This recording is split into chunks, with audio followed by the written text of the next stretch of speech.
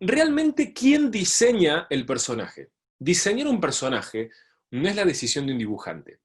Un dibujante lo que hace es más bien ilustrar el personaje. Si ustedes miran los créditos de una película, rara vez van a encontrar cosas como personaje diseñado por, o character designer, tal cosa. El rol del diseñador del personaje, en realidad, es bastante más complejo si nos ponemos a diseccionarlo académicamente. ¿Por qué? Porque el personaje tiene dos dimensiones.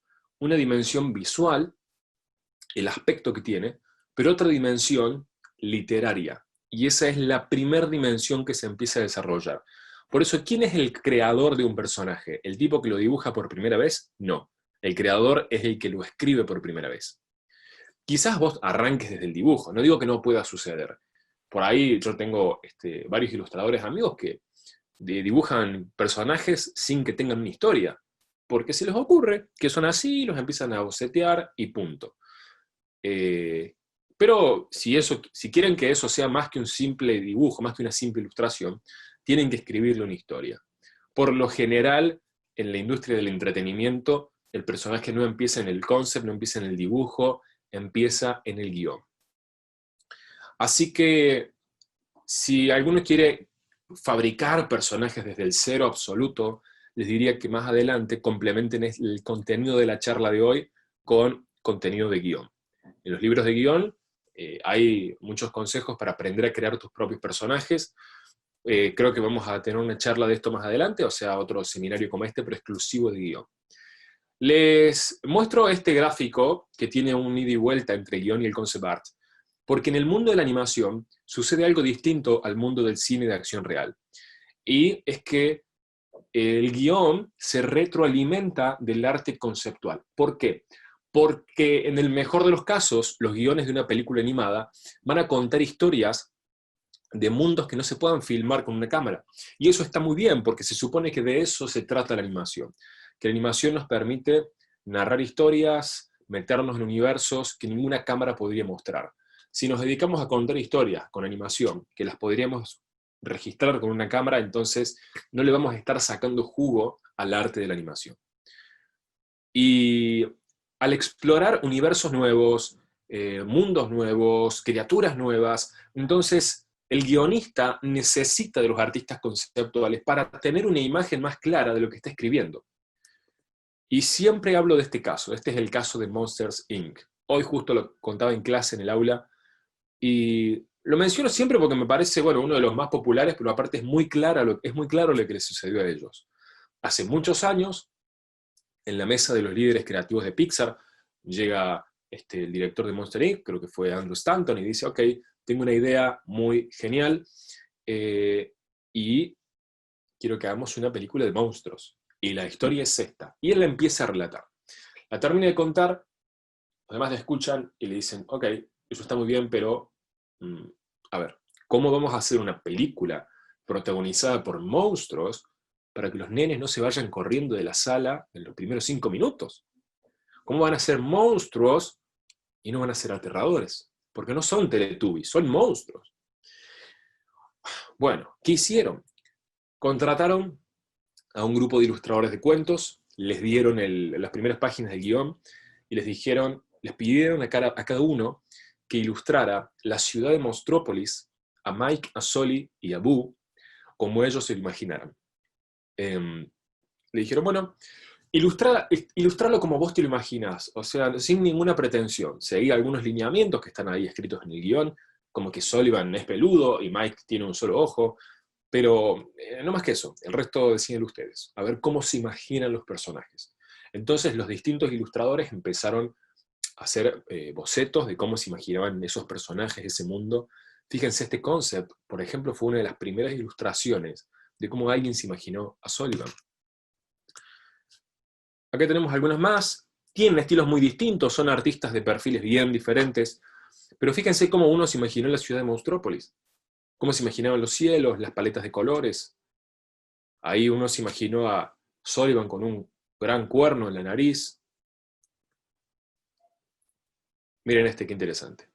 Boo, totalmente diferente, la ciudad distinta, Sullivan bien distinto, aunque fíjense que ese Mike se parece bastante al Mike que quedó en la película. Miren esto, es el mismo personaje, pero abordados con distintos estilos. Es una exploración visual muy interesante de cómo podría ser Sullivan. El artista es el mismo, pero él se animó a ir a diferentes terrenos. Entonces, el personaje no tenía todavía un aspecto, pero ya existía en el texto, ya existía literariamente, ya existía en un guión. Y sobre lo que estaba en el guión, el ilustrador empezó a hacer bocetos, a hacer esta exploración visual, para tratar de encontrar el Sullivan que encajara con el mundo que se estaba imaginando el director. Ahora, ¿por qué les muestro esto? Porque a partir de ahora quiero hablarles de algunos recursos para que ustedes sean buenos ilustradores de personajes. Pero si además quieren, como les dije al principio, diseñar personajes desde el cero absoluto, van a tener que aprender a trabajar guiones. Entonces siempre van a partir de un guión. Y voy a dar eso por sentado, ¿ok? Voy a avanzar sobre algunos principios, siempre sobre el supuesto de que ustedes ya tienen un guión. De paso, mientras voy dando la charla, voy a ir tocando algunos temas, algunos puntos que tienen que ver con diseñar personajes para cine o diseñar personajes para videojuegos. Y van a ver que tienen muchas cosas en común, pero también pueden tener algunas diferencias. Y miren esto. Esta diapositiva dice personajes versus niveles. Y es que los niveles, y cuando hablo de niveles hablo de escenarios en general, al igual que los personajes, en la experiencia de un videojuego, por ejemplo, ambas cosas forman parte de la interfaz del usuario. ¿Qué relación tienen las dos cosas con el usuario en el caso de los juegos? En el caso del escenario, al jugador el escenario o el nivel le tienen que representar un desafío o un problema a resolver. El personaje, en cambio, tiene que proveer la manera para resolver o para superar ese conflicto. ¿Sí? O sea, las dos cosas son parte de una misma interfaz, pero tienen distintos significados para el jugador. Para el escenario, digamos, para el escenario, para el jugador, son problemas. El personaje para el jugador son formas de resolverlo.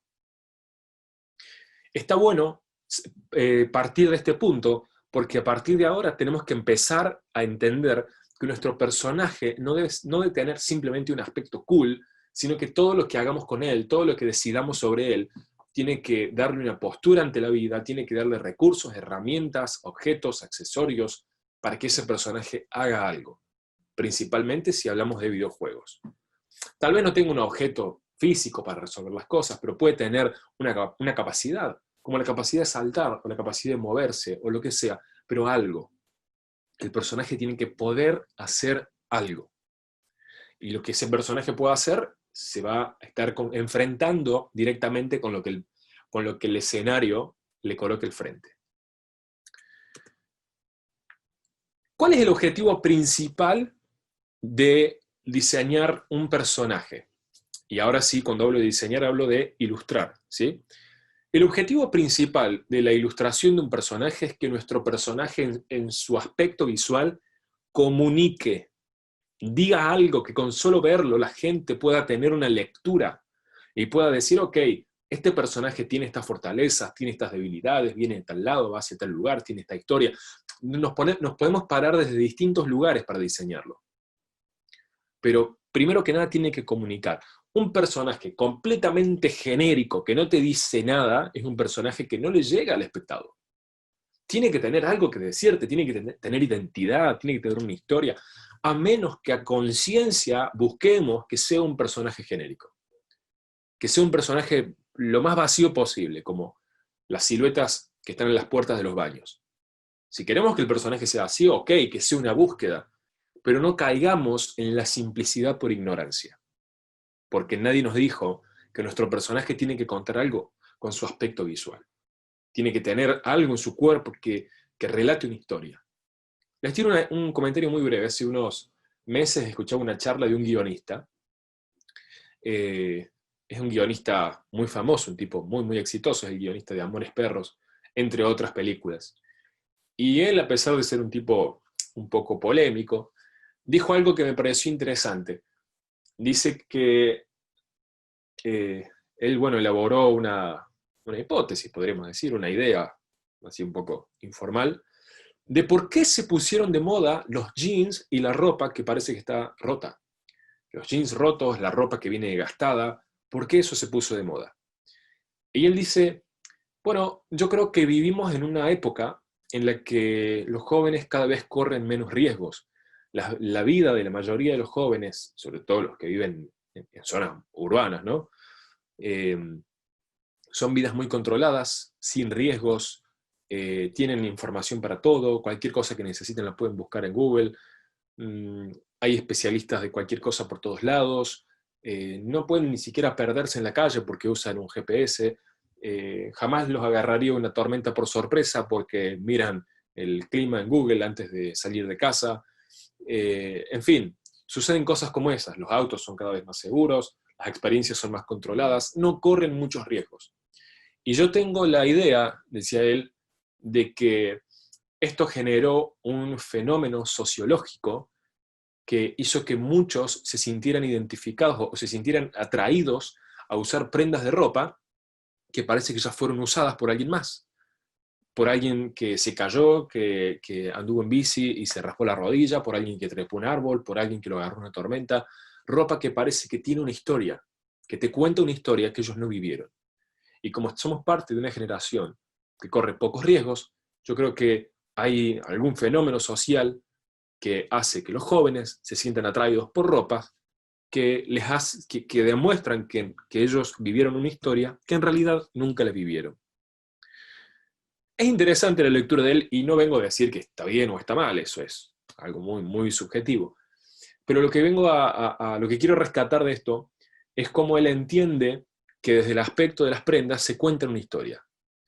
Un tipo que tiene una prenda de cuero toda raspada, con un jean todo medio roto, o sea, le falta una Harley Davidson y ya te imaginas no sé, un personaje agresivo, aventurero, un tipo que puso en riesgo su vida, que vivió la vida, ¿entendés? Que no se la pasó jugando al Fortnite en la casa.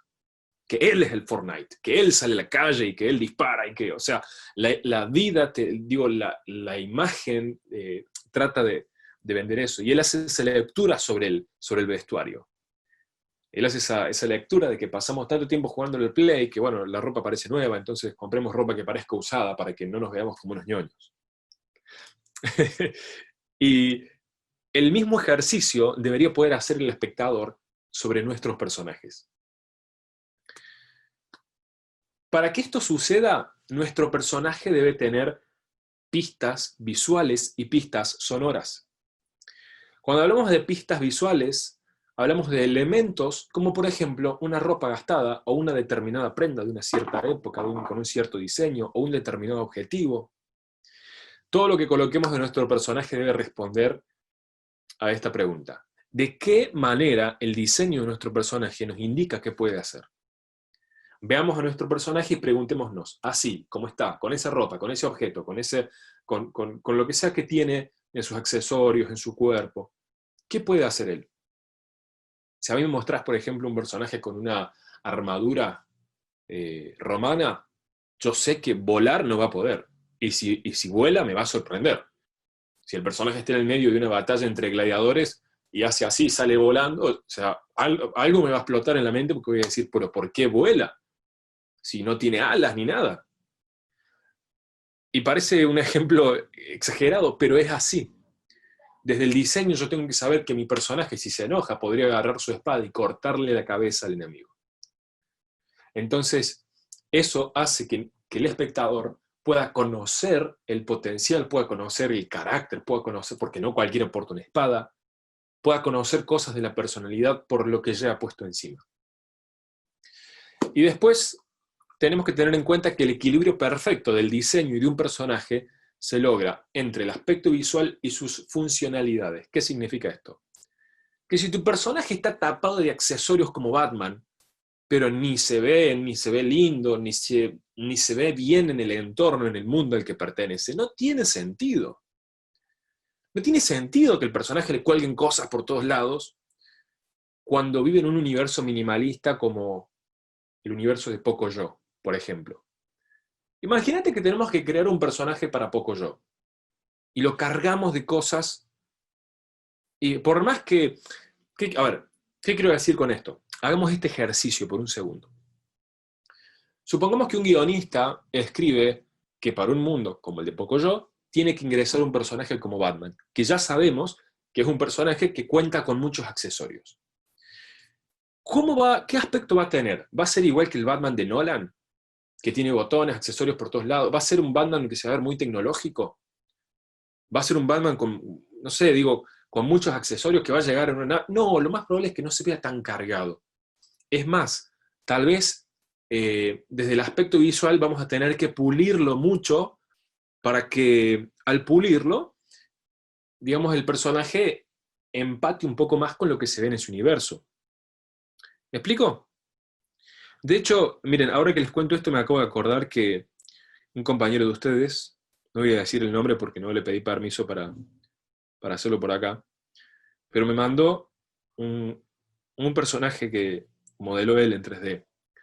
A ver si... No estoy viendo mi cámara. Acá está. A ver si lo ven bien.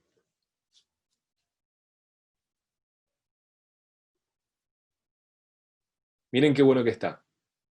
Es un Batman cartoon. Es un alumno de segundo año, creo. Lo modeló en 3D, hizo el render. Me encantó lo que hizo, me lo mandó por WhatsApp hace unos días. Y fíjense que el personaje es el mismo, pero con una terminación estética que pueda adherirse a un universo muy distinto al que pertenece originalmente. Seguimos. Estudiemos algunos casos. Mario Bros, por ejemplo. Mario, el nombre es Mario, Bros es de hermanos. Cuando nosotros vemos a Mario, uno como diseñador debe poder responderse preguntas como, por ejemplo, ¿por qué Mario es un plomero? ¿Por qué usa guantes? ¿Por qué usa botas? ¿Por qué usa la gorra? ¿Por qué tiene la nariz grande? ¿Por qué usa un bigote? Son preguntas válidas. Hay algunas cosas que tienen que ver con la funcionalidad y otras que tienen que ver con la anatomía del personaje. En un ratito voy a llegar al punto de la anatomía. Pero ya entendiendo que el personaje es un plomero, yo puedo colocarle una gorra, puedo colocarle esos guantes, puedo colocarle las botas, puedo colocarle ese enterito que tiene puesto, y tiene sentido, porque son partes de, de los recursos, de lo que lo hace funcional como fontanero. Si Mario tuviera, por ejemplo, una llave inglesa, o si Mario tuviese una cajita de herramientas, no me haría ruido. Ahora, si Mario tiene, qué sé yo, le han puesto tantas cosas últimamente a Mario, lo han reforzado mucho. Pero si Mario tuviese una mirada de rayos láser, ahí sí me haría ruido. ¿Por qué? Porque es una funcionalidad que no está pensada para su mundo, para su escenario. ¿Me explico? Miren este otro caso. Lara Croft. En este caso es un poco distinto, porque en juegos modernos el diseño de personajes suele transmitir significados y funcionalidades. Por ahí no son tan naif como los juegos más antiguos. Cuando uno diseña un personaje hoy en día se hacen otro tipo de preguntas. Por ejemplo, ¿qué impresiones te genera este personaje cuando lo ves a simple vista? Así, viendo a Lara Croft a simple vista, ¿qué le ves de bueno y qué le ves de malo? ¿Cómo son los valores morales de este personaje? Viéndolo a simple vista, ¿eh? ¿Es un personaje que podría ser un ejemplo para niños pequeños o no? ¿Cómo se ve que envejeció a lo largo de los años? Digo, ¿hay algo en mi personaje que me muestre lo que vivió en los últimos años? ¿Que envejeció de alguna manera, que tiene cicatrices, que le falta un brazo? ¿Me explico? ¿Cómo es que el tiempo, qué huellas le puede haber dejado el tiempo a mi personaje? Son preguntas válidas que nos podemos hacer cuando lo empezamos a ilustrar. Porque a veces estamos ilustrando un personaje que por cómo nos lo cuenta el guión, podría tener huellas de un pasado. Digo, Mario, tal vez el guión no nos cuenta mucho. Seguro que si vemos el guión del tipo que creó Pac-Man, el guión no te va a contar mucho. Pero cuando vos lees una historia como la de Tomb Raider, el personaje de Lara Croft tiene un pasado. Y sería lógico que tenga cicatrices, por ejemplo. Sería lógico que tenga, no sé, bueno, este personaje está muy bien diseñado y tiene mucho sentido que esté en buen estado físico, por ejemplo, porque se supone que tiene un historial de, de hacer este tipo de actividades de exploración. Pero Lara también es muy estudiosa, así que por ahí vieron, hay momentos donde le ponen lentes, anteojos. Entonces, digo, nada es al azar. No es al azar y no le queda mal que el personaje tenga esos guantes. ¿Por qué el personaje tiene esos guantes? Bueno, porque no empezó a explorar ayer, no empezó a explorar hoy. Siempre fue una persona inquieta que corre riesgos, que hace deportes extremos y sabe lo que necesita. Y yo veo ese personaje y la veo a Lara y digo, ok, este personaje no aprendió a trepar una montaña ayer. Claramente pertenece a un mundo, tiene una historia, tiene un camino recorrido en deportes extremos, en exploración. Yo puedo buscar inspiración en personas del mundo real que me hagan recordar este personaje. Porque desde mi ingenuidad, por ahí yo no conozco, por ahí viene alguien y me da un guión y me dice, mira, esta chica es una exploradora y hace deportes extremos y se le pasa en la selva, trepando hacia árboles y haciendo cosas. Y si vos me das todos esos datos, yo creo que por ahí desde la ingenuidad, antes de entregarte un personaje como Lara Croft, te puedo entregar un personaje, no sé, como este.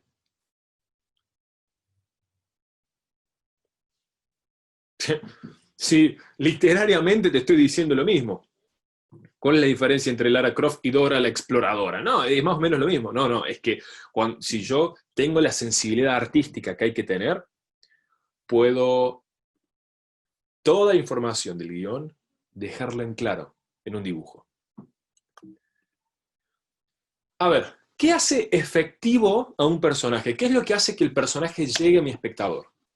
Y acá lo separé en dos diapositivas. La primera es en cine y en televisión. O sea, cuando hablamos de contenido ficcional. En televisión no hablo de programas, hablo de series, por ejemplo. El punto número uno es la empatía.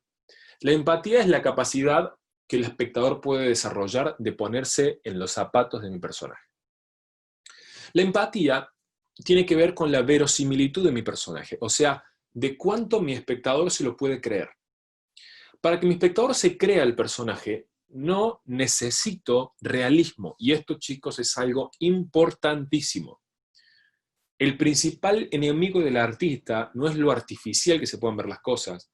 El principal enemigo, o la peor trampa en la que el artista puede caer, es en perseguir el realismo. Y el realismo al espectador no le interesa, porque a veces las cosas como son en el mundo real no son atractivas. ¿Habrán escuchado alguna vez de historias basadas, de películas basadas en historias reales? Tuvimos el caso cercano reciente de la película de Queen, Bohemian Rhapsody. Y habrán escuchado en más de una oportunidad a alguien diciendo, ok, las cosas realmente no pasaron así, pero le hicieron algunos cambios en el guión para que la película sea más atractiva. No hicieron grandes cambios, no es que te cuentan algo que nada que ver, pero le pusieron algunos giros, por ahí algún personaje secundario, quitaron algún momento, o agregaron otro, o aceleraron un momento que fue muy breve, o estiraron algo que pasó en 20 segundos y ahí te lo cuentan como que estuvieron todo un día con ese tema. Y se hace para que la película funcione mejor con el espectador. Y con el personaje pasa lo mismo. Si uno va a buscar un personaje que sea creíble para la gente, no tiene que ser totalmente realista. Tiene que ser creíble. Y para que sea creíble, tiene que llegar al espectador desde distintos lugares, principalmente teniendo profundidad emocional. ¿Cómo se construye la profundidad emocional de un personaje? ¿Cómo se construye la psiquis de un personaje? Bueno, eso lo vamos a dejar por una charla de guión, así que los que quieran profundizar ahora les dejo 3 títulos que pueden leer, que están súper buenos y que te van a dar datos sobre cómo escribir un personaje en guión literario. Un título es El guión, de Robert McKee, otro es El manual del guionista, de Sid Field, y el tercero son Los 12 pasos del héroe, de Christopher Vogler. En otra oportunidad vamos a hablar de la dimensión literaria de un personaje, pero más adelante avanzamos a la dimensión visual. ¿Y qué lo hace efectivo un personaje en un videojuego? Bueno, primero que nada, que el personaje provea información. Tal vez no sea información explícita, tal vez el personaje no abra la boca y se ponga a hablarte a la cámara, pero que te provee información con lo que puede hacer, con el aspecto que tiene, con la respuesta de tu personaje cuando tocas distintos botones, que te provee información de qué es lo que ese personaje tiene para hacer para el mundo que lo rodea, para ese escenario. En otras palabras, como decíamos al principio, qué maneras de solucionar problemas te ofrece ese personaje. Porque si yo tengo un personaje que, no sé, es un perro, y aparezco en un escenario que es un bosque prendido fuego, y si mi personaje lo único que sabe hacer es ladrar y saltar y moverse, no me está proveyendo nada. O sea, me da algo de información, pero no me alcanza para resolver el problema que tengo alrededor. Y resulta que si doy vuelta el joystick así, aprieto 3 teclas al mismo tiempo, 14 veces de la boca le sale un matafuego al perro. Bueno, si eso pasa, es un error porque la información no es clara. Entonces, si yo lo veo a mi personaje en el medio de un bosque prendido fuego y tiene un casco de bombero y tiene 2 matafuegos colgando del hombro, ok, yo ya sé que con ese personaje voy a resolver el problema que me rodea. Lo segundo que hace efectivo un personaje en un videojuego es que empodere al jugador. A ver, ¿qué significa esto? Imagínate que tú estás en un escenario que es, no sé, apareces en el medio de una batalla, de una guerra futurista tipo Call of Duty Modern Warfare, y tu personaje es un anciano con un bastón, con una navaja, esquivando las bazocas, o sea, los disparos de las bazocas y de los cañones y de los tanques de guerra y de los helicópteros que te disparan rayos láser con tiburones zombies, cualquier cosa, ya no sé lo que traen Call of Duty. Pero si el jugador, por estar en ese personaje, se siente un inútil, se siente un inservible ante el mundo que lo rodea, olvídate que quiera permanecer en ese juego. Entonces el espectador a través del personaje tiene que encontrar poder, recursos, cosas que él en su propia vida no tiene y que él mismo en ese lugar no tendría. Y el tercer punto es la empatía. Es decir, lo mismo que en cine, que mi personaje tenga profundidad emocional, psicológica. Si mi personaje es una pelota que rebota y me puedo entretener un rato, pero mucho no voy a conectar. Yo traigo a mención ahora Call of Duty porque, miren, yo no soy muy de los videojuegos, casi nada de hecho. Pero me acuerdo que apenas salió la primera entrega de Modern Warfare, eh, cuando lo terminé el juego, yo sentí que Capitán Price era como un hermano para mí. Es como que terminas desarrollando un afecto por los personajes, porque, claro, son personajes complejos, con formas de ser, con personalidades, con temperamentos, que hacen chistes, que a veces se ríen, a veces se enojan, que tienen riqueza psicológica, que están muy buenos desde el guión. Y eso hace que uno, por más que Capitán Price no es el protagonista, es alguien que acompaña a tu personaje, eh, hace que uno se siente identificado con él, y lo mismo con el protagonista. Bueno, ¿hasta ahí me van siguiendo? ¿Vamos bien?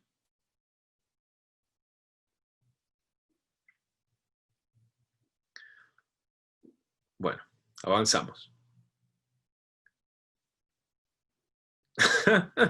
Estoy leyendo las cosas que ponen en el chat. Son tremendos.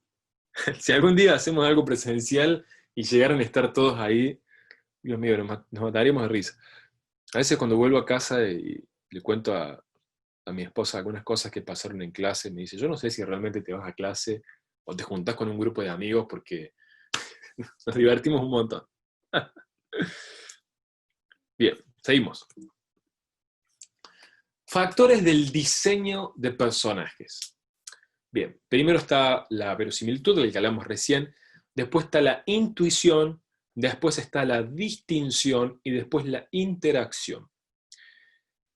En lo que es interacción no voy a profundizar. Lo que es verosimilitud, bueno, ya hice recién un repaso. A ver. Bien. Quiero aclarar algo sobre verosimilitud que creo que lo puse más adelante. No, mejor no digo nada porque creo que está en otra diapositiva. Sigamos. ¿Qué es la intuición? Miren esto. El personaje se debe poder leer con facilidad. A ver, ¿qué significa? Hay una ley que la deben haber visto los que cursaron, perdón, los que cursaron Morfología 1, que es la ley de figura-fondo. Y esta ley nos dice que nosotros tenemos la tendencia psicológica a tratar de separar lo que estamos viendo de lo que está detrás. Y como tenemos esa tendencia, si el personaje se puede leer fácilmente en su silueta, entonces ese personaje será más efectivo a la hora de verlo. A mí como espectador me va a caer mejor si lo puedo leer con facilidad en su silueta. Esto se parece mucho a uno de los 12 principios de animación para los que están cursando animación 2D. Hay un principio de animación que es el principio de staging, que dice que las cosas deben ser claras a simple vista. No es el de staging. Ahí es otro que no me acuerdo el nombre, pero en esencia el principio es el mismo. Que vos podés ver tu personaje a simple vista, podés ver la silueta de tu personaje, y si viendo la silueta te das cuenta de lo que está haciendo, entonces la posición que le diste es exitosa. Y acá pasa algo parecido. El personaje que ustedes diseñen debería poder interpretarse solo desde la silueta. Miren los ejemplos que tenemos abajo. El primero es obvio que es Batman, el del medio es el personaje de Zelda, no me acuerdo el nombre, nunca lo jugué, no me detesten, no me odien. Y a ver, perdón, Final Fantasy, uff, casi me echan de la charla. Mal, casi me matan. El de Final Fantasy, la sabíamos todos a esa. Y la tercera es, bueno, obviamente Darth Vader. Fíjense que son personajes que no hace falta verles ni la cara, en su silueta ya los reconoces. Bueno, ese es un buen diseño, un diseño que se pueda leer en la silueta. Y lo mismo pasa con muchos otros personajes. Hay una etapa de un libro, ahora que me acuerdo, a ver si se las encuentro rápido por acá. Hay un libro que se llama Creatividad Sociedad Anónima, que es de Edwin Catmull, el cofundador de Pixar. Y miren cómo es la tapa del libro. A ver si se ve bien.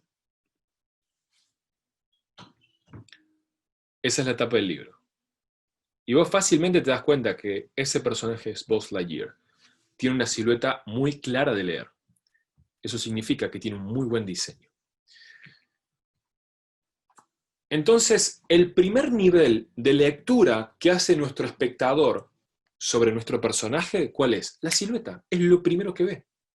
Para que la silueta sea efectiva, tenemos que diseñar el personaje, primero que nada, en su estructura. O sea, para que la silueta funcione, vamos a saber si la silueta funciona cuando recién empezamos a diseñarlo. No hace falta, no lo vamos a descubrir cuando estemos eligiendo el color de ojos o algún detalle de la remera o del pantalón. No, nos vamos a enterar, pero bien al principio. Cuando estemos haciendo el boceto primario de todos, ahí vamos a descubrir si la silueta se puede leer fácilmente o no. Y a la hora de hacer ese boceto súper rápido, es cuando hay que amigarse con las formas básicas. Y esto les va a gustar mucho. Las formas básicas del diseño son estas: el círculo, el triángulo y el cuadrado. Esto aplica a cualquier disciplina, pero hoy vamos a ver este concepto llevado al ejercicio del diseño de personajes. Las formas circulares siempre se relacionan con conceptos como la bondad, la alegría, la benignidad. O sea, el círculo es bueno. Los triángulos, en cambio, se asocian con la maldad, con la astucia, con por ahí la doble intención, también un poco con la inteligencia, pero no con la inteligencia objetiva, o sea, no con un personaje que es sabio, sino con esa picardía, con esa intención de querer encontrarle la vuelta a las cosas, pero de mala manera. Y el cuadrado representa fortaleza, representa seguridad, es algo sólido, sustentable, es algo que no se cae. Cuando yo les digo que esto aplica a distintas disciplinas del diseño, mírenlo desde este lugar. En la arquitectura, por ejemplo, los primeros bancos que se diseñaron, todos tenían muchas columnas a la vista. Las columnas se ven de lejos como estructuras rectangulares, muy grandes, imponentes. Los bancos eran imponentes y por lo general eran medios cuadrados, con formas inspiradas en la arquitectura griega. ¿Por qué? Porque desde el diseño del edificio intentaban comunicarle a la gente que ese es un lugar seguro para que vos coloques tu dinero. Que ese no es un lugar que puede perder tu dinero, que puede caer en quiebra, que puede tener un conflicto y dejarte a vos sin tus propios recursos. Desde el diseño de la arquitectura querían connotar que ese era un lugar confiable. Ahora lo mismo pasa en otros ámbitos de la disciplina. Una vez me acuerdo, leía un artículo de diseño de interiores y hablaba de que para espacios como las habitaciones, si vas a colocar una alfombra, se recomienda que los contornos, las esquinas de la alfombra, sean redondeadas. En las habitaciones se recomiendan que las cosas tengan terminaciones redondeadas. ¿Por qué? Porque lo redondeado tiene que ver con algo bueno, agradable, con calidez. Entonces, que vos ingreses a tu habitación y veas formas con terminaciones suaves, es como más cálido, es como más agradable para uno. Si las cosas tienen terminaciones angulosas, ya desde el diseño, como que te genera cierto rechazo. Aunque sea en una superficie muy sutil, pero si tienen formas suaves, terminaciones suaves, entonces uno se siente como más acogido, como mejor recibido por el diseño del ambiente. Lo mismo sucede con los personajes. De hecho, alguien en alguna oportunidad hizo como una tabla, que es la siguiente, que asocia algunas figuras geométricas principales, y algunas variantes, de hecho, con distintos rasgos de personalidad. Porque estos tres círculos representan estas tres ideas, pero imagínense que si las configuramos de distintas maneras, entonces van a dar resultados diferentes. Y si esto lo conjugamos teniendo en cuenta otras leyes de diseño, entonces van a dar más resultados diferentes aún. Si un personaje es principalmente circular, pero tiene algunos pequeños detalles triangulares, ¿qué nos va a decir su diseño? Bueno, que en general es bueno, pero que por ahí te puede salir con alguna cosa media sospechosa. ¿Me explico? Entonces, la proporción que hay entre las cosas también nos habla de cuánto hay de una cosa y cuánto hay de otra. Miren esta tabla. En esta tabla alguien puso algunas ideas de qué manera se pueden connotar distintos rasgos de personalidad con las formas geométricas que compongan un personaje. Si el personaje está compuesto por formas circulares, transmite bondad, pero también transmite debilidad, es un concepto asociado. Si tiene formas triangulares, entonces transmite maldad, astucia. De hecho, mientras más agresivas, mientras más filosas sean esas formas, más maldad o más astucia connota. Si está compuesto por formas cuadradas, connota fortaleza, seguridad. En un personaje humanoide, esas formas pueden estar colocadas en el cuello, por ejemplo, o en el mentón. Si el mentón es bien rectangular o si el cuello es bien rectangular, entonces connota fortaleza. Si el personaje está compuesto de formas suaves, como óvalos, o triángulos suavizados, que vienen a ser como una suerte de óvalo de 3 puntas, algo así, entonces connota sensualidad. El personaje es atractivo, es sexy, tiene como una piel diferente. Si nos vamos al otro extremo, entonces todo lo contrario. Si las formas son bien angulosas, con bordes duros, ¿qué transmite? Fealdad, es desagradable, no te parece atractivo. Recién les hablaba de las proporciones, que mientras mayor sea la proporción de algo, entonces parece que ese personaje tiene más de una cosa u otra. Si queremos mostrar a un personaje muy inteligente, ¿qué podemos colocar? Bueno, entonces que tenga la cabeza muy grande. Acuérdense, por ejemplo, de Pinky y Cerebro. Cerebro, que es inteligente, tiene la cabeza muy grande. Pero si es insensato, si es tonto, entonces debería tener el cerebro muy chiquito. Con la sensibilidad pasa algo interesante. Aprendí de un diseñador, de un animador que diseña personajes, que la sensibilidad de un personaje se transmite principalmente en esta franja. No sé si me están viendo en la cámara. ¿Pueden ver mi cámara? Sí, ¿no? Sí, bien. Principalmente en esta franja de lo que serían los ojos, la nariz, las orejas. Entonces, lo que agreguemos ahí, aumenta o disminuye la sensibilidad del personaje. Si agrandamos, por ejemplo, los ojos, las orejas, la nariz, el personaje es sensible. Es un personaje que puede sentir el dolor ajeno. Es un personaje más bien bueno, empático, es un personaje que no es antipático, distante, no, que él es cercano y amigable. ¿Recuerdan la pregunta que hicimos cuando vimos el ejemplo de Mario, por ejemplo? Cuando decíamos, ¿pero por qué Mario tiene la nariz grande? También podríamos preguntarnos, ¿por qué Mario tiene los ojos grandes? ¿Por qué Mario tiene esas orejas tan notables? Ahora todo empieza a tener un poco de sentido. Lo mismo al revés. Piensen en personajes que tienen los ojos chiquitos, por lo general malvados. Personajes que tienen orejas chiquititas, narices muy filosas, por lo general son personajes malos. Después, para connotar, por ejemplo, feminidad o masculinidad, lo que podemos hacer es exagerar o reducir 3 elementos principales, que son los ojos, la boca y el cuello. Si el cuello es más bien delgado y bien estilizado, igual con la boca, igual con los ojos, transmitimos feminidad. Si el cuello es más chico y más que delgado sería como, podría ser, digamos, menos suave, con líneas más rectas, lo mismo con los ojos, si la boca fuese más dura, más recta, más rectangular, entonces se aleja del concepto de feminidad. Ahora veamos algunos ejemplos concretos para ver cómo estas ideas que están en esta tabla se pueden reflejar en un diseño real. ¿Se acuerdan de estos personajes? Yzma y Kronk, de Las locuras del emperador. Espectacular película de Disney.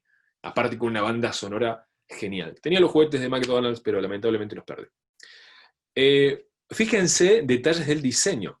¿Cómo es Kronk? Bueno, Kronk tiene un gran mentón, un mentón muy cuadrado, un cuello bien ancho, una espalda bien ancha y rectangular. Casi todo el cuerpo está conformado por rectángulos.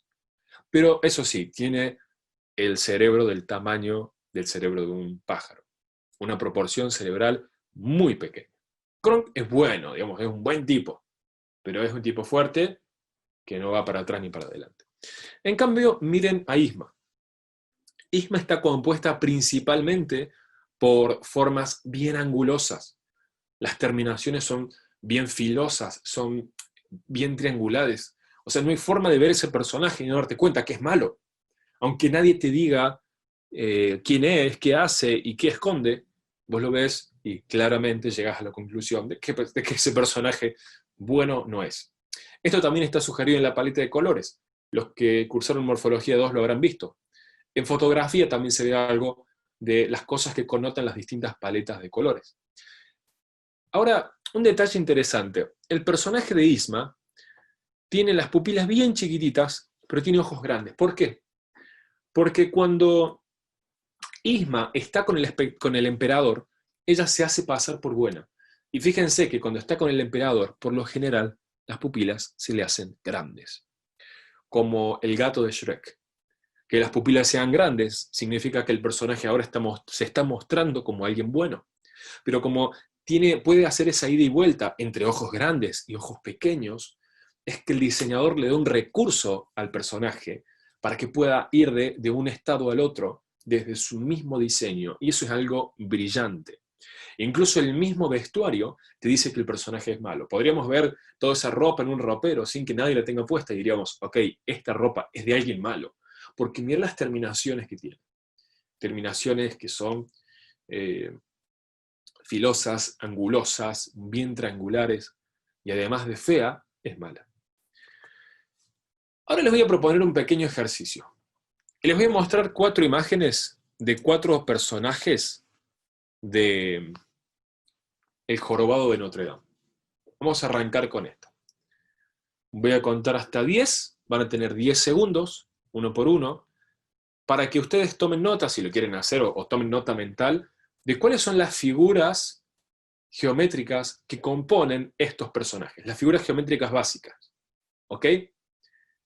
Miren esto un ratito, y yo en breve paso a la siguiente imagen. Quasimodo, el jorobado de Notre Dame.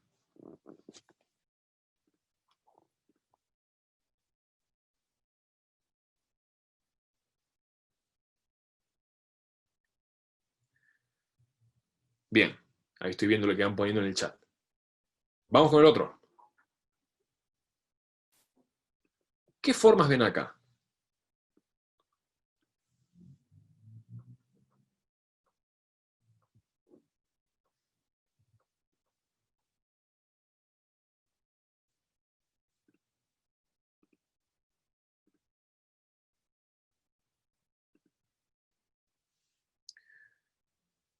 Vamos con el otro. ¿Qué formas ven acá?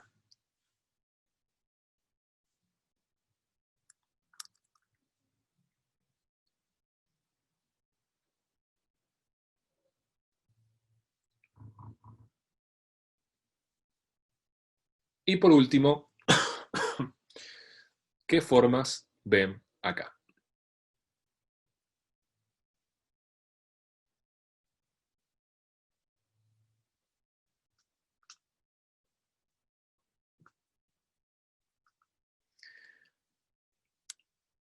Bueno, veo que vienen todos bastante asertivos con las respuestas. Me encanta que podamos interactuar por el chat. Esto lo hace muy, muy cercana a la charla. Para la persona que pregunta quién es, le dejo como una tarea importantísima ir a ver El Jorobado de Notre Dame. Juan Pablo, si venís a ver si venís a rendir la tesis y no viste El Jorobado de Notre Dame, date por desaprobado. Esmeralda, bien, Agustina. Buenísimo. Avanzamos. Vean esto, son notas del diseñador original. Voy a cerrar el chat un ratito. El personaje está principalmente compuesto por formas circulares. ¿Qué representan estas formas? Bueno, lo que es Quasimodo en su guión. Es un personaje amable, amistoso, es bueno. Miren, traten de leer toda la información que está en la franja de nariz, ojos y orejas. Fíjense qué grandes que son, cómo predominan esos ojos bien grandes y bien, bien tiernos. Hay un detalle interesante, que creo que lo menciono más adelante, y es el tema de la asimetría. La simetría en el espectador genera una sensación agradable. La simetría es atractiva para el ojo. La asimetría, en cambio, no lo es. Entonces fíjense cómo, además de ser jorobado, ven que tiene un ojo distinto al otro, y esa asimetría, incluso en su misma postura, hace que él eh, transmita algún grado de fealdad a pesar de verse amable, amistoso y bueno. Alguno habrá observado que en la ropa forma acá abajo un triángulo. Para los que vieron la película, se acordarán que cuando Quasimodo sale al exterior, él tiene como esa suerte de poncho, de tapado en la espalda, él se tapa con eso, él cierra ese tapado y mira a través de una suerte de agujero, que es más bien, termina siendo como una especie de triángulo, termina formando. Y él mira por ahí. Ahora la gente le tiene miedo a Quasimodo. La gente lo ve a Quasimodo como una especie de bestia, como una criatura. ¿Por qué? Porque cuando Quasimodo se tapa y se mete adentro, entonces pierde todos los rasgos de personaje amable, amoroso y bueno, y se transforma en un gran triángulo con patas, en algo triangular que anda caminando por la ciudad. Transmite maldad. Veamos este otro personaje. Por supuesto, está compuesto principalmente por formas triangulares. ¿Qué representaban estas formas? Bueno, representan personajes siniestros, malvados, villanos. Ahora, un detalle súper interesante en el vestuario. Estos personajes están muy bien diseñados desde el vestuario. ¿Ven que este personaje tiene como este cuello acá abajo? Que no sé qué nombre tiene, pero algún nombre debe tener en la indumentaria de la época. Y ese cuello es rectangular. Fíjense que si leemos su silueta, rápidamente ese cuello le connota a él visualmente una fortaleza que no tiene físicamente. ¿Por qué? Porque la autoridad de este personaje no está en su físico, sino en el rol que tiene en la sociedad. Es su ropa, su investidura, la que a él lo hace alguien fuerte. Él no es fuerte por cómo es su anatomía, él es fuerte por la jerarquía que tiene socialmente hablando. Hagamos la misma lectura de los ojos. Fíjense el tamaño de las orejas, el tamaño de los ojos y cómo esa nariz es extremadamente afilada. este personaje es extremadamente malo y nunca va a poder ser bueno, porque esos ojos jamás se podrían agrandar. Este es más fácil de leer. Estos son puros rectángulos. El cuello es bien ancho, la nariz es bien ancha, los ojos son suaves, o sea que no hay forma de pensar de que es malo. El pelo tiene esas formas suaves también. Y con Esmeralda pasa algo parecido.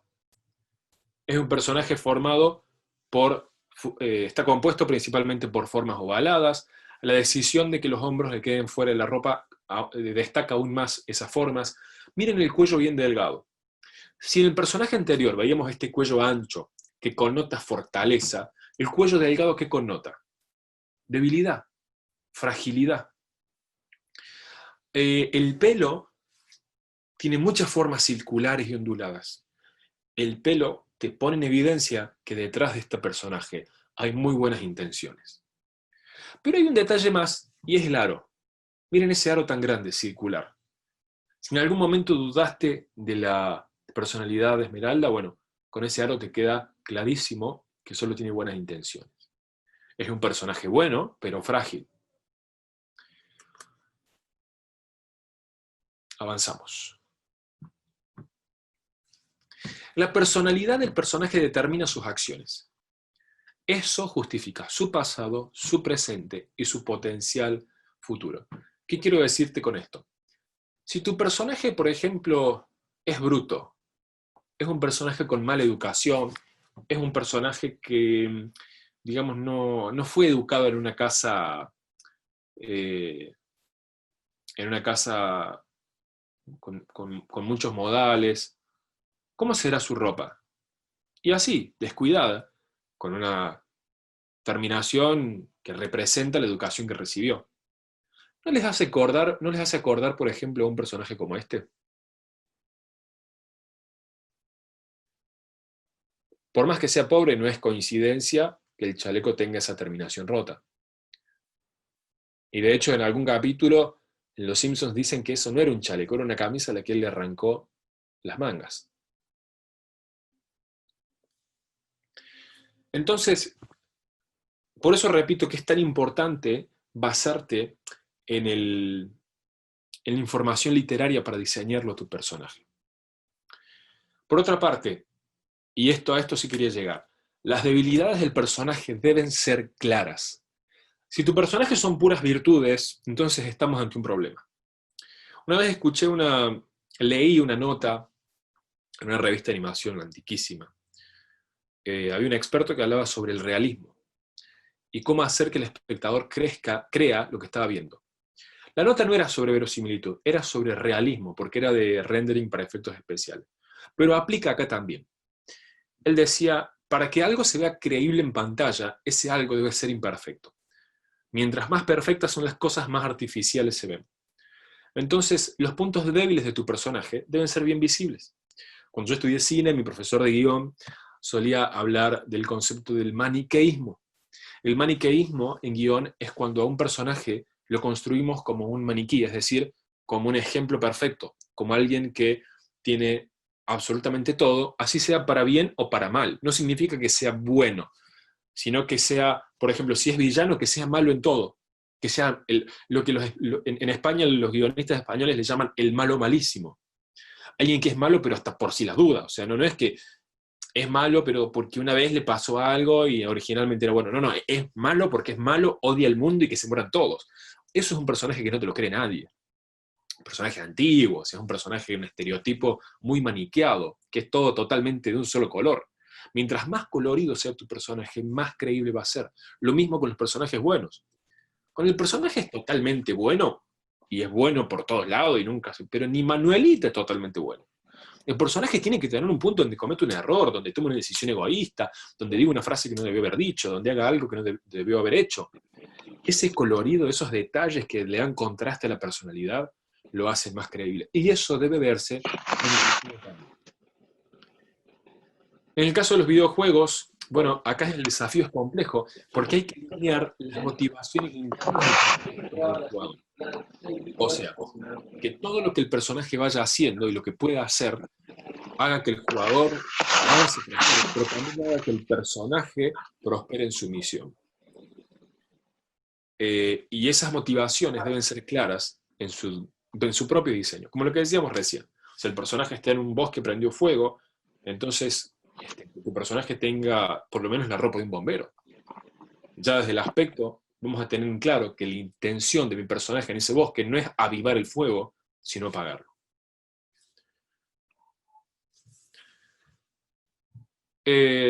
Otros detalles más, el casting de voces. Esto por ahí excede el diseño del personaje en sí, pero es algo que transmite mucho también la voz que tenga el personaje. Eso no es algo que debe caer en segundo lugar. Es, digamos, si el personaje es una mesa, entonces una pata es la información literaria, la otra pata es el aspecto visual y la otra pata es la voz del personaje, en el caso de que el personaje hable, por supuesto. Pero ¿algunos imaginarían los Minions sin esa forma de hablar, por ejemplo? Y por otra parte, y esto sí ya tiene que ver más con el guión, pero se los dejo acá, es que debemos aceptar que el personaje y su diseño van a cambiar en el transcurso de la historia. Y tenemos que entender si cambia, en qué dirección va a cambiar y por qué. Sucede en todas las películas. A veces los cambios son interiores, a veces son exteriores. Si los cambios interiores se reflejan en el exterior, entonces mejor. Les voy a dar otro ejemplo que me acaba de venir a la mente. ¿Por qué no se me ocurrió todo esto mientras armaba la charla? Tengo que andar buscando cosas en Google mientras estoy con ustedes. Les muestro una imagen. A ver.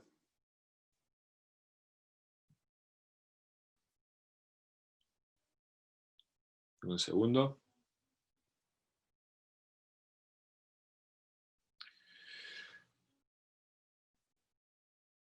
El otro día estaba viendo esta peli que me encantó esta escena. Miren, justo la encontré. Uno dice, yo soy el verdadero Buzz Lightyear. Y el otro dice, no, yo soy el verdadero Buzz Lightyear.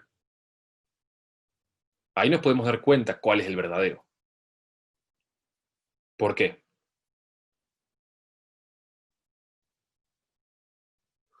Por supuesto, porque uno tiene el casco y el otro no. El personaje no hizo un gran cambio por fuera, pero cambió algo en su interior. Él antes creía que era un guardián espacial y después aceptó que era un juguete. Y eso hizo que el Buzz Lightyear del principio de Toy Story sea diferente al Buzz Lightyear del final. Entonces, en Toy Story 2 podemos notar la diferencia entre un Buzz Lightyear que se cree guardián espacial y uno que no. Se refleja en su aspecto exterior. Entonces, cuando diseñemos un personaje, estemos dispuestos a que nuestro diseño cambie y que en ese cambio el personaje pueda, por ejemplo, alterar su vestuario, alterar su físico. Si analizamos las películas van a ver que casi todos los personajes al final de la historia tienen un aspecto distinto al que tenían al principio, casi siempre. A veces no, pero en muchísimos casos sí. Y eso hace más efectivo el diseño. Bueno, a ver si me quedó algo más. Ah, este está bueno. Consideraciones culturales. A ver, vamos por punto. El prejuicio sobre el personaje solo aplica a la evaluación que se puede hacer de nuestro personaje desde una cultura específica. Es decir, si nosotros decimos, no, es que cuando la gente lo vea va a pensar que es malo, si nosotros decimos eso, desde las formas básicas, sí, seguramente lo piense, pero por ahí cuando hilamos más finos, cuando hablemos de la voz o de la forma de actuar, las posturas que tiene, las expresiones que hace, y eso en realidad no lo vamos a saber muy bien. Porque lo de las formas básicas está anclado a estudios psicológicos de la percepción de la imagen. Pero las otras cosas son más subjetivas. Es más relativo a la cultura de la que venga el espectador para ver qué es lo que percibe del personaje. ¿Qué más? Los temas entre los que se mueve el personaje pueden requerir de mucho contexto o de poco contexto. Claro, porque esto es importante aclararlo, porque si tu personaje necesita de mucho contexto para ser entendido, y va a haber lugares donde no te lo van a entender. A ver, te doy un ejemplo. la película de Shrek. Así como para irme a algo que creo que lo vieron todos. Si no me vengo a algo más reciente y la mitad no lo vio, y me dan ganas de echarlos de la sala. La película de Shrek. Shrek permanentemente está referenciando a cuentos. Uno necesita contexto para entender el chiste. El otro día escuché, no vi Shazam todavía de DC, pero escuché que Shazam en varias líneas de diálogo referencia a videojuegos, o en distintas escenas. Y si vos no tenés cultura de videojuegos, no le vas a cazar ni una. Entonces, ese personaje puede ser muy efectivo, pero para cierta audiencia. Si tu personaje necesita que tu audiencia sepa mucho el tema, bueno, mientras más se necesite saber de algo, más estrecha va a ser la audiencia a la que vas a poder llegar. Mientras más genérico, mientras menos contexto necesites para entender el personaje, más universal va a ser. Y si no, vean el ejemplo de Pac-Man, por ejemplo. O de alguna otra animación mucho más sencilla, donde el personaje no necesariamente tiene una historia. Un ejemplo de necesitar mucho contexto puede ser, por ejemplo, qué sé yo, una historia donde se enfrenten ideas norteamericanas con ideas de China, o lo que hablamos recién, referencias a videojuegos. O sea, necesitas mucha información cultural para entender que puede haber tensión entre dos mundos, o entre un personaje y otro. Un ejemplo de algo que te requiere poco contexto es el enfrentamiento entre, por ejemplo, el individualismo versus el colectivismo. Una historia donde tu personaje donde lo que le transcurre al personaje tenga que ver con el ser generoso, te lo entiende cualquiera. Donde se toquen temas como el amor, como la muerte, como, no sé, como un dolor físico. Hay temas que son más universales que no requieren tanto contexto. Y siempre los temas que se tocan son universales, porque hablamos siempre de experiencias humanas, pero a veces lo hacemos con recursos muy sencillos, muy básicos de entender, que no requieren contexto, y a veces lo hacemos con recursos que requieren mucho. ¿Qué más? Para tocar temas abstractos, el diseño debe ser abstracto. Esto está muy bueno, porque por ahí yo recibo cada tanto chicos que me traen guiones, cosas que escribieron, ideas que tienen, que están puliendo, y me muestran algún diseño de personaje, y digo, ¿de qué se trata la historia? No, es de un chico que perdió a la mamá y ahora quiere vengarse de alguien de quien cree que mató a su mamá. Ajá. Y vos lo ves al diseño y parece un universitario, un chico random, con una remerita así común y corriente, con una mochilita y un jean. Y vos decís, che, pero es fuerte la historia. ¿Cómo que se quiere vengar de un asesino? Pero por lo menos que tenga un arma a la vista. Por lo menos que tenga, no sé, cicatrices, algo que me muestre que él se viene entrenando para vengarse. Si no, parece un improvisado. Y lo mismo al revés. ¿De qué se trata la historia? No, de que el amor es más fuerte que el odio. Ajá, a ver, muéstrame tu personaje. Y te muestra un soldado de Call of Duty con 14.000 accesorios, con un diseño re sofisticado, con un vestuario del futuro. ¿Para qué tanto? La historia en realidad se puede contar con cuadraditos y circulitos. Es difícil, pero está bueno que tengan presentes estos dos caminos que pueden abordar. Algunas producciones adaptan elementos de una misma producción en función de la región de destino. Para volver al tema de lo cultural, ¿no? Habrán visto que existen distintas ediciones de Inside Out o Intensamente que cambian algunos elementos de la peli en función de la región en la que se reproduzca. Por ejemplo, en Estados Unidos, un vegetal que los nenes rechazan mucho es el brócoli. Entonces hay una escena donde Riley no quiere comer la comida y lo que le está dando la mamá es brócoli. Pero en China resulta que es otro alimento. Entonces, si vos ves la edición para China, vas a ver que la misma toma tiene otra comida en la cuchara. Lo mismo pasa con Zootopia. Hay una escena, si mal no recuerdo, que hay unos animales viendo como un partido de fútbol en la tele. En la versión norteamericana están viendo un partido de fútbol americano, en la versión canadiense están viendo un partido de hockey sobre hielo. La escena es la misma, es todo exactamente igual, pero le cambian algunos elementos para que se adapte a la cultura. Los personajes más seguros, y con seguro me refiero a personajes como más aburridos, más predecibles, que no tienen mucho para darnos, son los más estereotipados en lo cultural o en el género.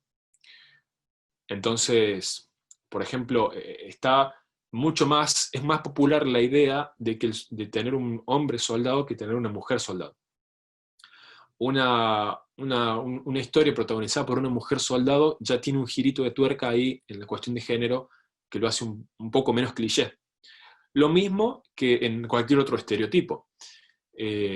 ¿Cómo nace, por ejemplo, Spider-Man? Una vez escuchaba a Stan Lee hablar de esto y él decía, diseñamos a Spider-Man porque teníamos un montón de superhéroes que eran musculosos, que tenían un montón de virtudes, pero nuestros lectores eran adolescentes de secundaria, y dije, ¿por qué no hacemos un personaje que sea un adolescente de secundaria, pero que de alguna manera puede tener las virtudes de esos grandes héroes? Entonces ahí le dieron un giro de tuerca al estereotipo. No era el tipo musculoso, alto, perfecto, con el mentón cuadrado gigante, con el cuello de 2 metros de ancho. Era todo lo contrario, pero con funcionalidades justificadas literariamente, ¿no? Entonces los personajes más inseguros, o sea, los más arriesgados, los más interesantes, son los que le dan este giro de tuerca. Siempre me pareció curioso el caso de Bob Esponja, que no sabemos bien cuántos años tiene, medio como que se asume que es hombre, pero a veces es raro. No sabemos si es un adolescente, si es un adulto, si es un señor mayor. Y lo mismo que ni siquiera sabemos bien qué es una esponja. El creador de Bob Esponja, que bueno, falleció el año pasado lamentablemente, era un biólogo marino. Entonces, claro, él en lugar de crear los personajes marinos genéricos, hizo esto de un personaje extraño, una esponja. Yo por lo menos ni sabía que existían las esponjas marinas hasta que vi Bob Esponja. Y consideraciones de la verosimilitud. Para que sea más creíble, digo, ¿no? El diseño del personaje debe adherir al mundo al que pertenece. Recién veíamos los concepts de los personajes de Monster Inc. Había casos donde vos los veías y decías, a ver, yo a este personaje dentro de la ciudad de Monstrópolis, como terminó siendo, no me lo imagino, porque tiene rasgos y tiene un aspecto que parece salido de otro planeta. Eso hace que el espectador le haga ruido. Entonces, a la hora de diseñar un personaje, tenemos que estar alineados con la estética que gobierne ese universo. Se supone que vamos a trabajar con otros diseñadores que van a diseñar escenarios, fondos, nos podemos poner todos de acuerdo, o uno pueden alinearse a los otros, y así. Esto también aplica a la personalidad del personaje. Bueno, nada, lo que hablamos hace un rato, de que los rasgos generales del diseño deben coincidir con la psicología del personaje. Lo que les decía recién, la simetría es atractiva, la simetría es desagradable. Esto debe elegirse con cuidado, el ejemplo de Quasimodo. Y evitar el valle de lo inquietante. El valle de lo inquietante es un concepto de la robótica que, a ver, se los voy a mostrar con este gráfico. Este es el valle de lo inquietante. Alguien hizo un estudio en un libro que no me acuerdo el nombre, ahora lo pueden googlear, que dice que mientras un robot más se parece a un humano, entonces da un poco de miedo. Y si ese robot se está moviendo, aún más todavía. Es más pronunciada esa diferencia. Entonces, mientras más parecido a un humano sea un robot, por alguna extraña razón genera una suerte de miedo. Y terminás viendo al robot como una suerte de zombie, una especie de criatura ahí que no sabes bien qué va a hacer. Este mismo gráfico lo tengo aquí ilustrado. Por alguna razón, que estará justificada en el libro, no lo leí, pero bueno, conozco esta teoría que es bastante popular. Mientras más se parece a un ser humano, da más sensación de zombie.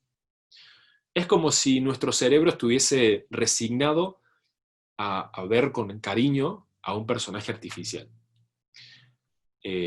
Porque mientras más se nos parece a nosotros, decimos, no, tanto no. Si te pareces un poco, me caes bien. Ahora, si sos igual a mí, por las dudas, no, me preocupa. Esto está bueno para saberlo a nivel diseño, porque caer en diseños extremadamente humanoides puede generar un poco de sensación de incomodidad. Y yo acá mencionaba las películas de Robert Zemeckis. Robert Zemeckis es un extremadamente famoso director. Él dirigió algunas películas muy populares como El Náufrago, Volver al futuro, Forrest Gump, Quién engañó a Roger Rabbit, En la cuerda floja, bueno, no, muchísimas.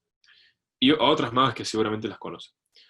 Pero lo que me parece interesante de este director es que a él le gusta mucho dirigir animación fotorrealista con personajes hechos con motion capture, como por ejemplo El Expreso Polar, Beowulf o Los fantasmas de Scrooge. Y los personajes fotorrealistas, a veces cuando son muy fotorrealistas, dan esa sensación de zombie, ¿viste? De cosa extraña, te dan como una incomodidad. Por eso hay gente a la que no le gusta mucho eso. Por más que el personaje sea bueno, como que se siente medio creepy.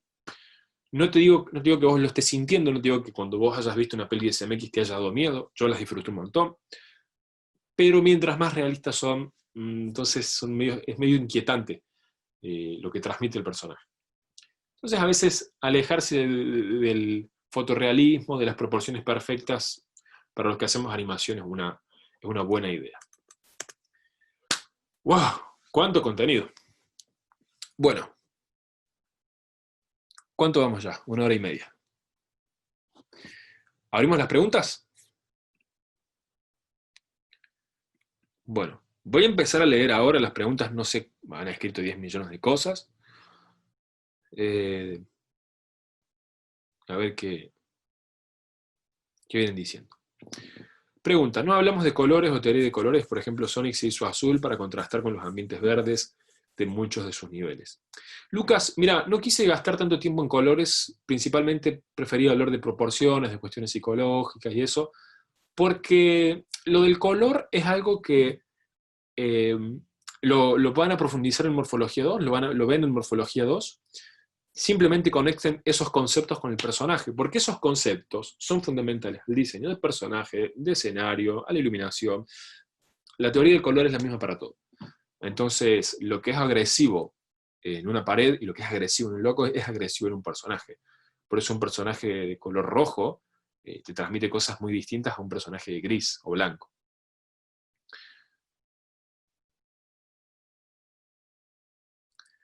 Julián dice, miren la serie Amor, Muerte y Robots.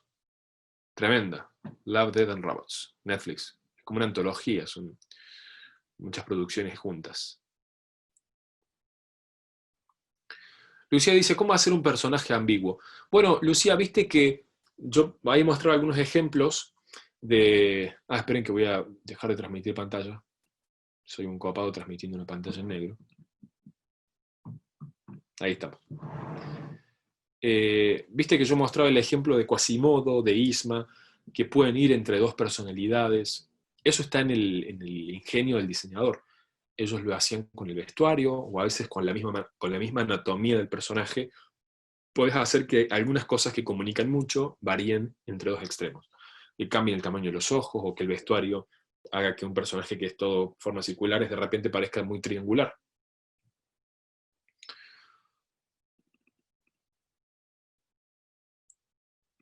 Hernán dice, un gran ejemplo más allá del chiste negro es el meme de Tío Ben y Pokémon. No lo conozco, Hernán. Ilumínanos, por favor, compártenos el meme. ¿Un licenciado en animación puede dirigir una película? Sí, claro. Le faltaría algunas cosas todavía. Habría que sumar la carrera de cine. ¿Dónde queda grabada la charla? Recién vine a rendir, no vi nada. Roberto, la subimos al drive de la carrera. Si no tiene el link, se los pide el profe tutor a Ale Moroni por Canvas, él se los comparte, o me lo piden a mí por mail, por Facebook, donde quieran, y se los comparto. Se los voy a volver a compartir por WhatsApp, porque ya se ha sumado mucha gente nueva. Juan Pablo dice, ¿qué nos podés decir de Matrix o Animatrix? Juan Pablo, Matrix es una de mis películas favoritas de toda la vida, la amo con todo mi corazón. Animatrix creo que fue algo revolucionario para su momento. Quisiera verlo nuevo, porque hace años que no lo veo, pero creo que es algo que da tela para cortar. Matrix fue una gran producción que significó una gran escuela de cine en lo que es guión, sobre todo. Y en otros aspectos también, es brillante, yo lo uso como ejemplo un montón de veces.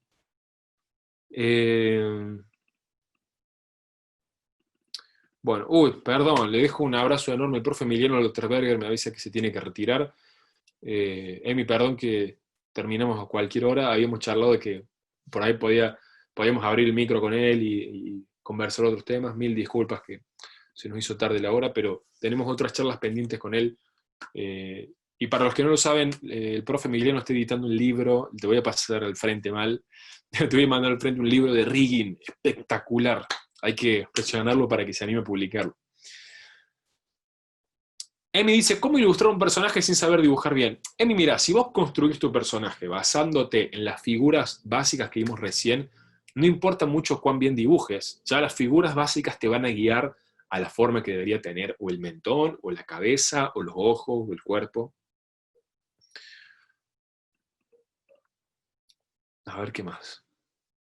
Juan dice, para los que estudiamos a distancia, ¿tenemos trabajos en grupo? No, no en grupo, pero se viene una noticia sobre trabajos, que les quería dar la noticia hoy, pero no puedo aún, que te va a encantar. Nicolás dice, el director es el que toma la mayoría de las decisiones de cómo va a ser la estética de la película y personajes, o el departamento de arte. No, Nicolás, el departamento de arte. Por lo general, el director da un lineamiento. No es que se desconoce por completo. No, él da un lineamiento y dice, bueno, yo me imagino la peli como por este lugar.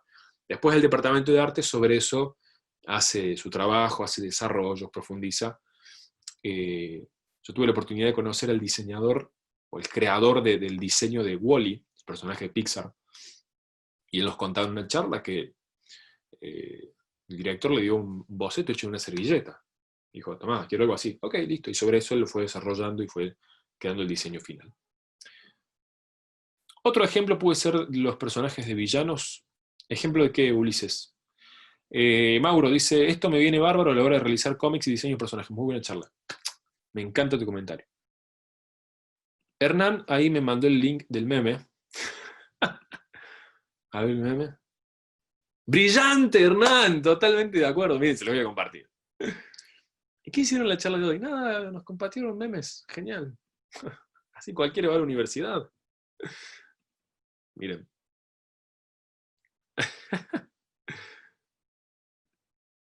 Ah, está muy bueno. Es el ejemplo número uno de una silueta. Cómo extraño a este Peter Parker, por favor. Bien. ¿Algún ejemplo que te parezca mal diseño de personaje? ¿Alguno relativamente famoso? Mira, nada, yo tampoco puedo pararme ¿cómo es? A difamar trabajos de otros artistas. Pero sí un caso que me pareció un poco precario fue de la película de los emojis. Porque ahí escribieron los personajes en función del diseño, no diseñaron el personaje en función de lo que se escribió. Y quedaron personajes muy maniqueados, personajes planos, personajes que, digamos, que no tenían color. Eso se ve mucho en el guión. Pero claro, es culpa de un diseño que ya arrancó el diseño limitado, hicieron como la ingeniería inversa y se complicó. Denme un segundo muy breve que mi esposa me está llamando por teléfono, es decir, estoy en una charla.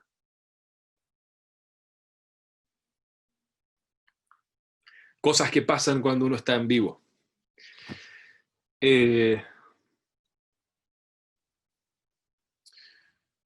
Profe, quisiéramos entrar al grupo de WhatsApp. Bien, miren, le vamos a hacer corto. Yo les voy a poner acá un link en el chat, que es el link para que se metan al grupo de WhatsApp. Les aclaro algo. Existen varios grupos. Está el grupo ultra archi oficial, que es conmigo, que en ese grupo nadie puede publicar nada, yo solo lo uso para mandarle alguna novedad a ustedes, o sea que nunca los molesto, les escribo re poquito, les mando cuando hay una charla o algo así, les escribo por ahí. Lo bloqueamos para todos porque a veces se ponían a hablar, y había chicos que no lo veían al grupo, entonces el grupo dejaba de cumplir su función. El grupo no es para que charlemos entre nosotros, sino para que yo les pueda contar algunas cosas off the record, a veces algunas informalidades, contarles alguna novedad, mostrarles alguna foto de algo que estamos haciendo.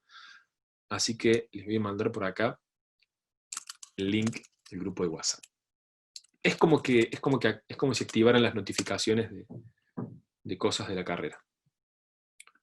Y les escribo solamente yo o algún profe, así que no los vamos a molestar. Seguimos. Le pueden pasar el link del Drive por acá. A ver, denme un segundito que se los busco. Y les dejo el link del Drive acá en el chat. Hace un poquito alguien me lo había pedido. A ver si los puedo copiar desde acá. Acá están las charlas anteriores. Les recomiendo la de Vicky López, animadora de Blizzard. Espectacular. Ahí les compartí el link del Drive. Ahí lo tienen en el chat. Uf, ¿cuántos que son, che?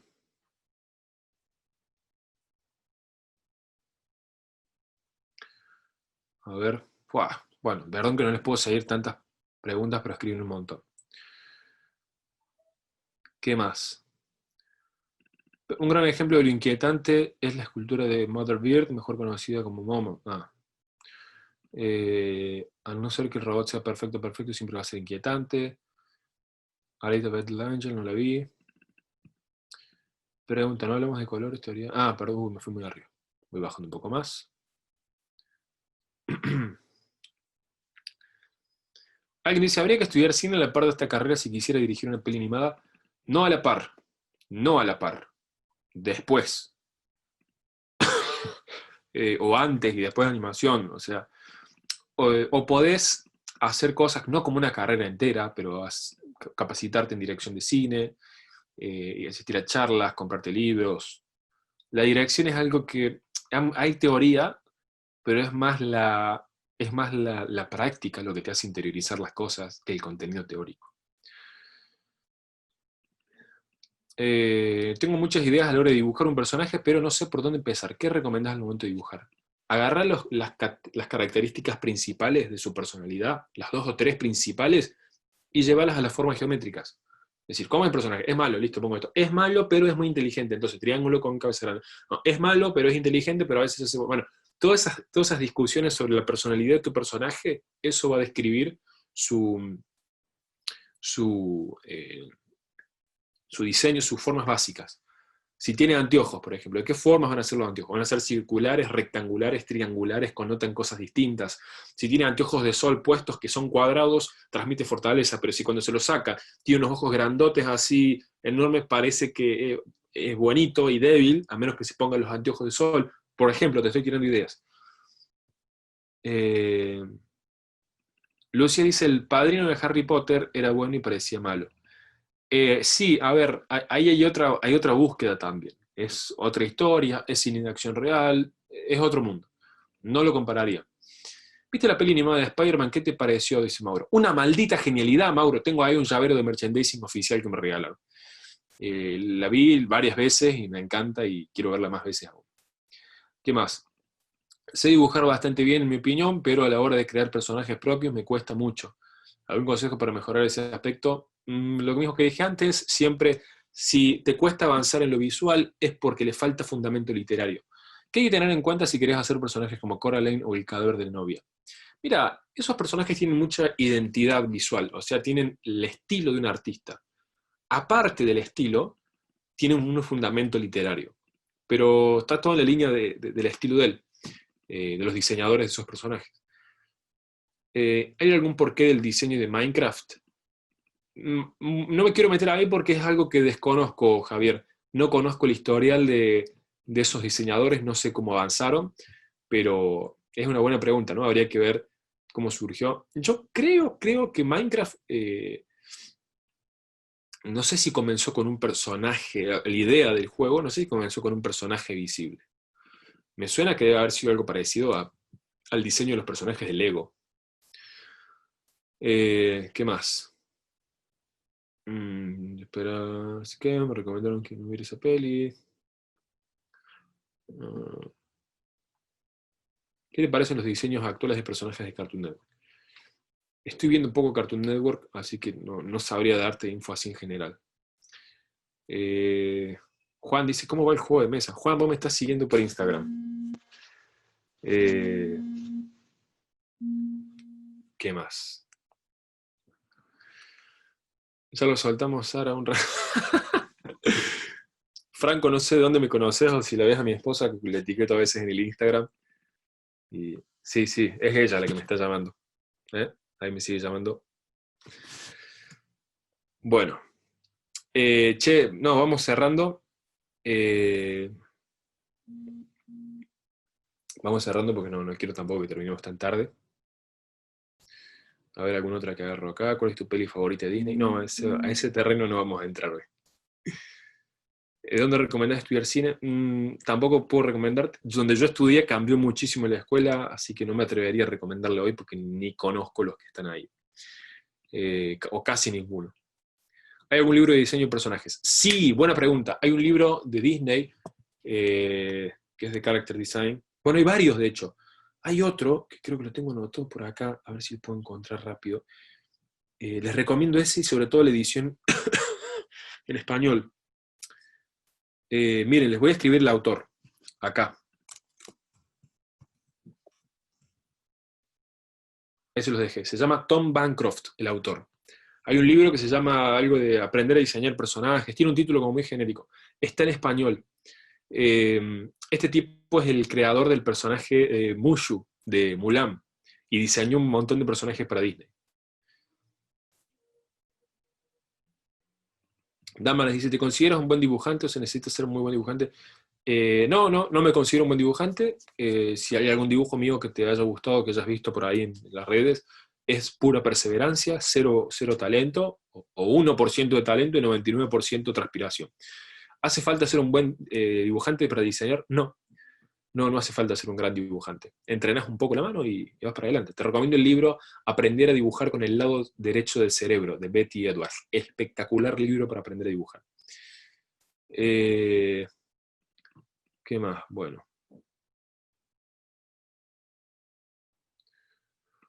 Gracias por la charla. Yo recomiendo ENERC. Para estudiar cine. Bueno. Rocío, estoy leyendo Survival Kit of Animation. Animator Survival Kit. Sí, claro que lo recomiendo. Ese e Illusion of Life. ¿Podrías volver a repetir cuáles son los 3 libros que mencionaste antes cuando hablabas de guión? Sí, el guión se llama uno, de Sid Field, el manual del guionista de Robert McKee, o al revés, perdón. El guión de Robert McKee, el manual del guionista de Sid Field y los 12 pasos del héroe de Christopher Vogler. Se podría tener, Agustina dice, ¿se podría tener una clase en vivo del diseño de personajes en algún programa 3D? Sí, de hecho, Agus, si viste en el workshop, se grabó un workshop que dimos hace un tiempo de los profes, Sebastián Carro y Emiliano Lotterberger, modelaron un personaje y lo riguieron. No se puede hacer el proceso entero porque duraría muchísimas horas, pero sí cómo modelar la base y cómo riguear la base. El nombre del libro de dibujo, ya mismo se lo explico por acá. Cómo aprender a dibujar con el lado derecho del cerebro, de Betty Edwards. De todas maneras, Agus, con esa pregunta que haces, te digo que se vienen unas novedades de trabajos que mamita les van a encantar. Se van a tener que remangar, es todo lo que les voy a decir. Bueno. Natu dice, ¿cuándo entregan las notas de las APIs? Los profes están con eso. Leí un mail, se los dejo ahora así en el aire, pero para que sepan que lo tengo presente. Alguien me dijo un mail que alguien le corrigió, un profe le corrigió una API muy tarde. Me avisan quién demoró tanto en corregir las APIs, me lo avisan por mail, yo personalmente hablo con el profe y veo qué está pasando, ¿sí? Eso no debería pasar. Como siempre les digo, no puedo prometerles que seamos perfectos, pero sí me comprometo a que nunca permitamos que por un error nuestro alguno se vea perjudicado en su recorrido académico. Chicos, dejo acá la charla porque esto se está haciendo largo y tarde. Dejé por ahí todos los links, si quieren volver en el chat, dejé el Drive, el WhatsApp, el de todos. Se los voy a volver a enviar.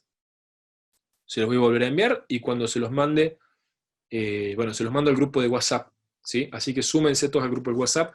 Los que no tienen el link del grupo de WhatsApp, métanse en el grupo de Facebook. Ahí está publicado, está anclado un post con el link de WhatsApp para el grupo. Cualquier cosa saben que me pueden escribir al mail cuando quieran. Perdón si a veces me demoro en responder, realmente tengo la casilla explotada. Siempre alguno me escribe al Instagram, recuerde que no tengo drama con que me escriban, comenten, lo que quieran, me encanta. Preguntas importantes siempre al mail. Gracias a todos por sumarse, me encantó compartir un rato con ustedes una vez más. El grupo de Facebook se llama algo de diseño y animación digital siglo XXI, lo vas a encontrar. Y eso nomás. Un abrazo grande, gracias por sumarse, que tengan buenas noches. Chau, chau.